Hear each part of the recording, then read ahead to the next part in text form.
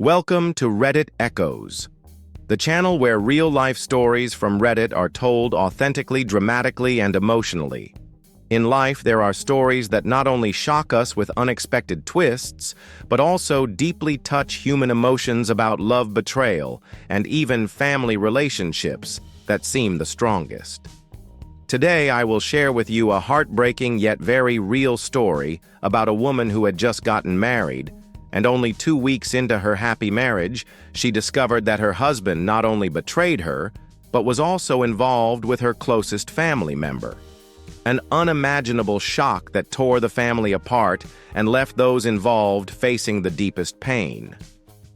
Let's listen to this story together to understand that betrayal is not just between two people, but brings unforeseen consequences to everyone involved. And to realize that even in the darkest moments, people can still find hope and grow stronger. Story 1. I called an ambulance for a coworker, faking illness, and got nothing but cold silence in return. Hello everyone, my name is Min, 28 years old, working at an English training center in a Southeast Asian country. I want to share a story about a female coworker, let's call her Lynn, whom I suspect has been taking advantage of everyone's kindness by faking illness. Lynn is in her early 20s and often shows signs like touching her head, staggering as if about to faint. Each time she would lie down on the sofa in the break room getting fanned, brought drinks and food by others. Everyone in the team was exhausted from these episodes because it disrupted lunch breaks and affected the group's overall mood. Especially those caring for her often had their work interrupted or couldn't rest properly. This happened at least twice a month for nearly half a year. Once Lynn even asked me to buy ice cream for her just a few steps away, but she didn't get it herself. I bought the ice cream, but she didn't pay me back. That wasn't the biggest issue, though. Last Monday, Lynn suddenly collapsed again as if about to faint. This time, she asked a friend to order iced drinks and a sandwich for her. People once again fanned her and brought food like caring for a sick child. I was too exhausted and decided I couldn't stay silent any longer.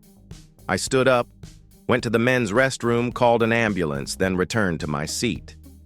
People looked at me like I was crazy, but I thought this time it might really be serious. About 20 minutes later, the ambulance siren blared. My phone rang. I stood up and told those serving Lynn that they needed to help her onto the ambulance. Lynn's face turned pale as if she knew she had been exposed. Some girls asked me, "Did you really call an ambulance?" I replied, "Yes. This time it seems serious. The ambulance is here. The fee is around $50, about 1 or 2 days' worth of her salary." Everyone agreed to help her onto the ambulance. Since then, Lynn has been avoiding me, only greeting me politely without saying a word. Today is Thursday, and she still hasn't spoken to me. I wonder, am I a bad person for doing this? But I think I saved her, or at least stopped another round of faking illness. Maybe her sickness was miraculously cured. Perhaps this time she won't fake it anymore. This story made me realize one thing sometimes. You have to set boundaries, even if it makes you seem unpleasant or even mean. What do you think? Am I too rigid, or should I stand firm to protect myself and the work environment? Story 2. My girlfriend's family broke into my apartment without permission. I had to kick them out. Hello everyone, my name is Long, 30 years old, and today I want to share a story that made me explode and question both love and trust in this relationship. I'm in a serious relationship with my girlfriend Huang. We've been living together for a while and trust each other. She has a key to my apartment and I have a key to her place. We have an unspoken agreement that we always respect. If one wants to visit the other, they must send a message beforehand, whether the other is home or not. However, recently I had a 2-week business trip, 700 kilometers away from home. On the second day, an accident happened that changed my schedule, so I got to return home earlier than planned. When I got home, I texted Huang to let her know I was back. But when I opened the door, I was stunned. Kids were screaming all over the house. I saw Huang's sister's children running around freshly bathed, leaving water everywhere. Food was scattered on the floor and empty suitcases were left open right by the front door. Huang's sister's husband was sitting on my sofa fiddling with a PlayStation 2, an old game console that I barely remembered owning and had kept in my storage. I was furious beyond words. I entered and confronted them. Her sister's husband said that Huang had lent them my apartment for 2 weeks so they could hang out and rest here. I immediately called Huang to ask what was going on, and she simply texted back, "My sister is at your place." I lost my temper and demanded that they leave immediately. Huang's sister ran into my bedroom to avoid the tension. I couldn't accept such disrespect. I threatened to call the police if they didn't leave and called my brothers for support. In the end, they left angrily grumbling to their kids that the vacation was ruined because the stingy boyfriend had kicked them out. Since then, I've been shunned by Huang's family, and some of my own relatives say I'm too rigid and should have let them stay so the kids could have a fun vacation. What's worse, they rummaged through my medical documents and stole some prescribed medication, including a box of benzodiazepines, a type of tranquilizer and anti-anxiety drug. I feel deeply betrayed because Huang never told or asked me for permission. I also began to doubt her honesty when she claimed she had given her sister and family permission to stay. I tried to talk things out, but the more we talked, the worse it got, and now we barely speak at all. I wonder if I'm a selfish, rigid man, or if I've been taken advantage of and disrespected. I believe there are boundaries that must not be crossed, especially in a relationship where trust is the foundation. And when someone steps over those boundaries, we have the right to protect ourselves. This story is also a lesson for all of us about mutual respect, honesty, and how to handle it when trust is tested. Story 3. The Party Without Tequila and the Unexpected Argument. Hello everyone, my name is Min, 35 years old.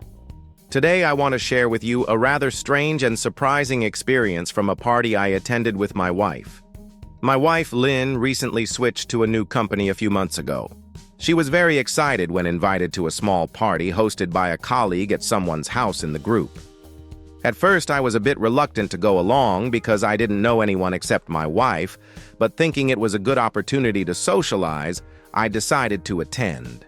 When we arrived, I was impressed by the lively atmosphere. There was a swimming pool, a mini bar, and even a margarita machine, a drink I really enjoy. I quickly grabbed a margarita for myself and one for my wife. But as soon as I took a sip, I noticed a very strange smell. There was absolutely no scent of tequila. I asked the host about it, and she was surprised, replying, "This is a non-alcoholic margarita. The party only serves alcohol-free drinks." I was a bit shocked and didn't expect that. On reflection, it made sense since many companies nowadays ban alcohol at office events or want to create a healthy environment for everyone. I didn't want to make a fuss, so I simply said that I didn't like drinking purely sweet drinks without the spicy kick from alcohol. However, my attitude seemed not to be appreciated by the host, and later I realized I was seen as a difficult person, even being scolded by my wife for being rude. Throughout the party, I stayed quiet, just eating and quietly observing everyone. But the feeling of being bothered because I couldn't enjoy the drink I liked lingered. When we got home, my wife and I had a small argument. She said I was too strict and didn't know how to adapt to the situation. I thought I just wanted a party with a little flavor, so why did things get so tense? Through this story, I realized that sometimes differences in opinions, even small preferences, can cause unnecessary conflicts in relationships. If you have had similar experiences or handled it differently, please share. Story 4. A vacation that didn't happen for our safety. Hello everyone, my name is Trong, 32 years old. My wife Huang and I are both women and have been married for nearly 3 years. Recently, something happened that made our relationship incredibly tense, more than I ever imagined. Huang's best friend Anna, a rather innocent and sweet girl, organized a vacation at her family's luxurious villa in another country. The whole group of close friends was invited to join this trip. However, there was a major issue. Anna seemed not to consider that country has strict laws and discrimination against gay and lesbian people. Both Huang and I are clearly lesbians, and Huang's style is quite butch, strong, masculine. I am more feminine. Because of this, we felt the trip was not safe at all, especially since the laws there could threaten our lives. As soon as I found out, I spoke honestly and straightforwardly with Anna. I'm sorry, but Huang and I cannot go there. We don't feel safe because of the laws and society in that place. At first, Anna seemed a bit surprised and avoided the topic. She just said, "Oh, really?" then changed the subject. But a few days later, I received a message from Anna saying she felt embarrassed that I hadn't told her sooner and was sad about how blunt my refusal was. I never intended to hurt my friend, but our safety comes first. I admit I felt a bit awkward because I didn't want to lose the friendship with Anna. Huang fully supported me, saying I was right to protect myself, but inside I still felt a little guilty for hurting my best friend. This situation made me think a lot about boundaries in relationships between friends and ourselves. Maybe honesty and self-protection are the most important things, even if it upsets others. I hope this story can help those of you in similar situations feel less alone. No matter how hard it gets, always put your safety and self-worth first. Thank you all for listening to my story. Story 5. When an engagement becomes a heartbreaking test of loyalty. Hello everyone, my name is Min. I'm 50 years old. I want to share a story that truly hurt me deeply and made me feel betrayed. A few months ago, my son Nam, 23, got engaged to his girlfriend. Everyone in the family was happy and looking forward to the wedding. However, not long after, Nam confessed to me that his fiancée had catfished him on Tinder to test his loyalty. Honestly, hearing that shocked me. She created a fake account on Tinder, messaged and chatted with Nam to see if he would betray her. Unfortunately, Nam flirted back with her. Although what Nam did was wrong, I felt the real betrayal wasn't just his actions, but also hers, the one who set up a deceitful plan and tested trust. I told Nam straight that I would no longer financially support the wedding. I cannot endorse a marriage that starts with lies and mutual distrust. This caused a split in my family. Some said I was overreacting and that the punishment would hurt both young people, but I stand firm in my views. I see this as a complicated situation where everyone is partly at fault and no one is perfect. I wonder if a marriage that begins with broken trust like this can last and be happy. I know what you might think, but for me, truth and honesty must come first.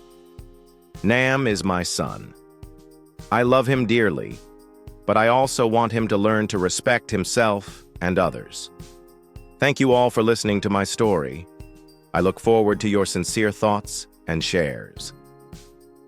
Story 6.